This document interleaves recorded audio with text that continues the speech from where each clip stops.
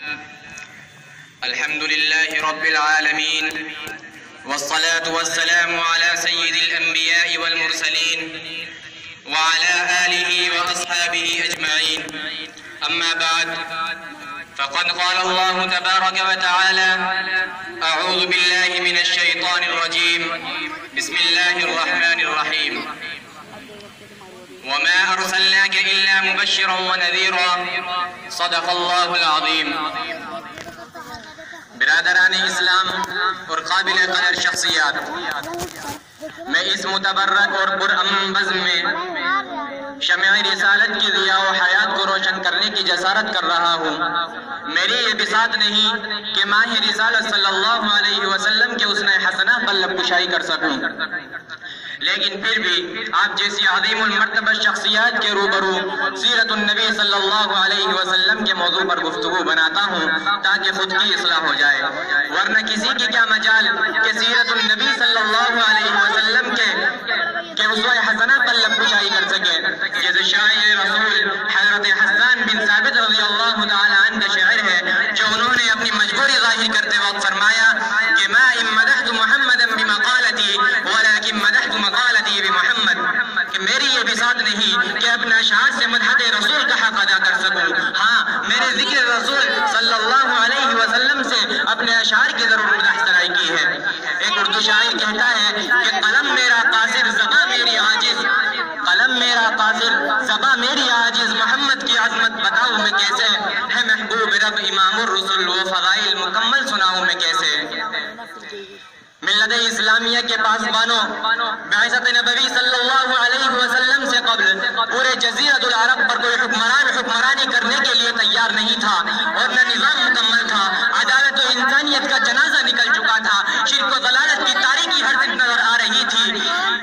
شیطانیت و ظلمت کی جگہ ایمان اور ضیاء کو لانے کے لیے قدرت خداوندی نے اس پرفتن دور میں شہدائیان اللہ تعالیٰ کو رشد و ہدایت کے راستے پر گامزن کرنے کے لیے، وحشت و بربریت کو ختم کرنے کے لیے فاران کی چوٹیوں سے آفتاب رسالت صلی اللہ علیہ وسلم کو طلوع فرمایا.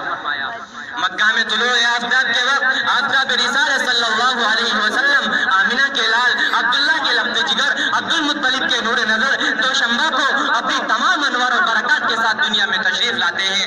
آپ ایسے وقت پیدا ہوتے ہیں جس سے لیل و نہار دونوں فیض حاصل کرتے ہیں. سبحان اللہ سبحان اللہ، ایک عجیب ماحول ہے، نور ہی نور نظر آ رہا ہے. پورے مکہ میں انوار الہی کا نزول ہو رہا ہے. ظلمت کرے وقف کدے میں ایک تہلکہ مچ گیا ہے، لات و منات اور الزاموں کے بل گر پڑے ہیں. گلزار ہستی میں ایک عجیب رونق پیدا ہو گئی ہے. چاروں سمت بس ایک ہی آواز سنائی دے رہی ہے کہ ایک والا آ گیا، ایک والا آ گیا. وہ آ گئے تو آ گیا دنیا میں انقلاب، وہ آ گئے تو آ گیا دنیا میں انقلاب. اجڑا ہوا چمن تھا گلستہ کر گئے. میرے قلب و جگر کے ساتھیوں، حضرت آمینہ خود فرماتی ہے کہ میرا نور نظر، میرا لخت جگر اس وقت کلام تو نہ کر سکتا تھا، مگر انگشت شہادت سے کچھ اشارہ کر رہا تھا. وہ اشارہ کیا تھا؟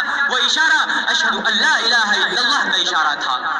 قلب آمینہ میں مسرت کی حد نہ رہی، لیکن کچھ غم کے اثرات بھی ہیں. فرماتی ہے کہ کاش آج عبداللہ ہوتے تو اپنے اس لخت جگر کو جو چاند سے بھی زیادہ خوبصورت ہے دیکھ کر کتنا خوش ہوتے اور کھلونا وغیرہ لاتے. تو غیب سے آواز آتی ہے کہ اے آمینہ فکر مت کرو، میں اس کا رب ہوں، میں ربی بھی استاد بھی سب کچھ میں ہوں اس کا. اگر یہ بچہ کھلونا مانگے تو چاند کو کھلونا بنا دوں گا، اگر سیر و تفریح کو دل چاہے تو معراج پہ بلا لوں گا، اگر کوئی شہادت طلب کرے تو پتھروں سے بھی کلمہ پڑھا دوں گا. اسی وقت عبد المطلب آتے ہیں، سوال کرتے ہیں کہ اے آمینہ کوئی نام سوچا ہے؟ تو آمینہ کہتی ہے کہ جب سے یہ بچہ پیدا ہوا ہے نہ زبان پر قابو ہے نہ قلب پر. ذہن میں کئی نام آتے ہیں مگر قلب میں یہ دستک ہوتی ہے کہ محمد صلی اللہ علیہ وسلم. عبد المطلب نے کہا سبحان اللہ سبحان اللہ، اے آمینہ اس نام کو اور اس نام کا بچہ میں نے پورے جزیرۃ العرب میں نہ دیکھا اور نہ سنا.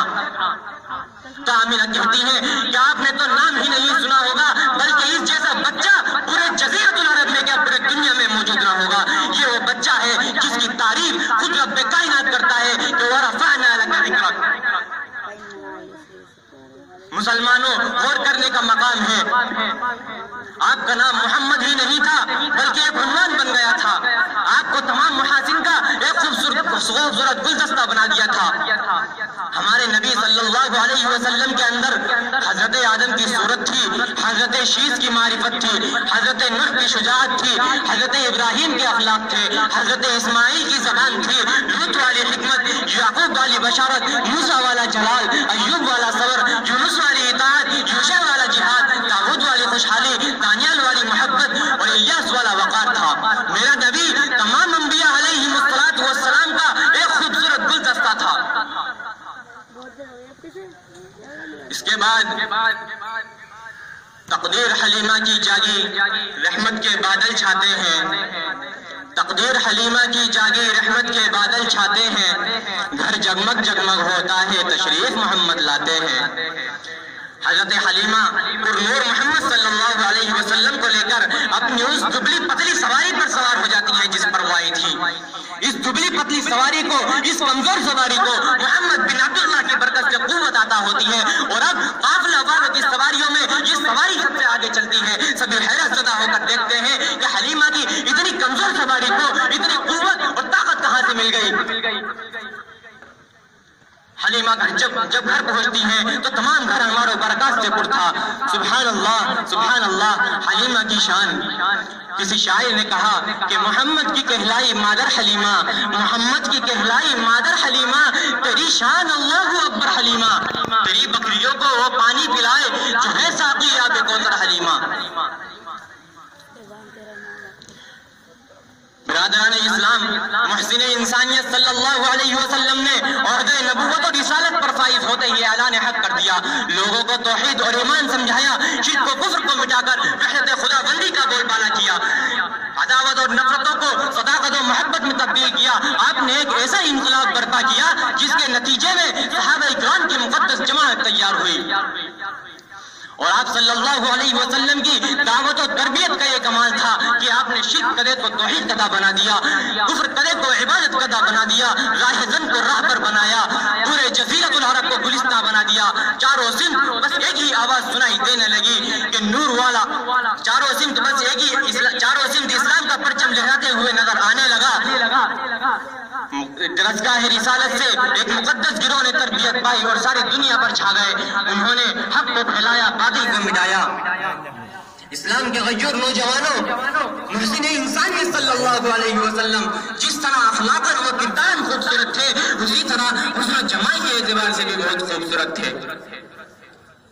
حضرت عائشہ صدیقہ فرماتی ہیں کہ حضرت یوسف علیہ السلام کو دیکھ کر ان مصر کی عورتوں نے اپنی انگلیاں کاٹ دی تھی.